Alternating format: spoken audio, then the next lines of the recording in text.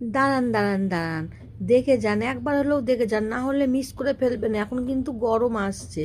তো আপনারা কি কখনো ব্রেড গ্রেট করে ব্রেড দিয়ে কুলফি আইসক্রিম করে খেয়ে দেখেছেন? যদি না খেয়ে দেখেন তাহলে এই ভিডিওটা আপনাদের জন্য। তো প্রথমত দেখতে পারলেন চিনিটাকে এরকমভাবে শিরা তৈরি করে নেবেন।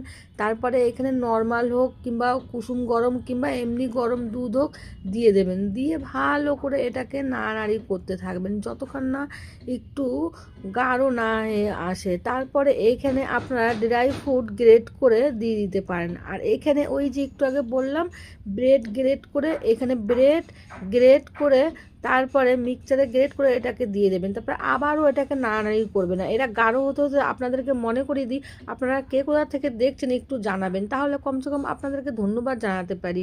আর আমার এই ভিডিওগুলো রেসিপিগুলো যদি আপনাদের ভালো লাগে তো অবশ্যই চ্যানেলকে সাবস্ক্রাইব করে চ্যানেলের সাথে থাকবেন। আর এই যে প্লাস্টিকের কৌটো দেখতে পাচ্ছেন, এগুলো কিন্তু মুদিখানার যে কোনো দোকানে এখন কিনতে পাওয়া যায়। আর এটা নিয়ে আসবেন, আর নিয়ে এসে এরকম ধরনের কুলফি আপনি খান, আপনার পরিবারকে খাইয়ে খুশি করে ফেলুন।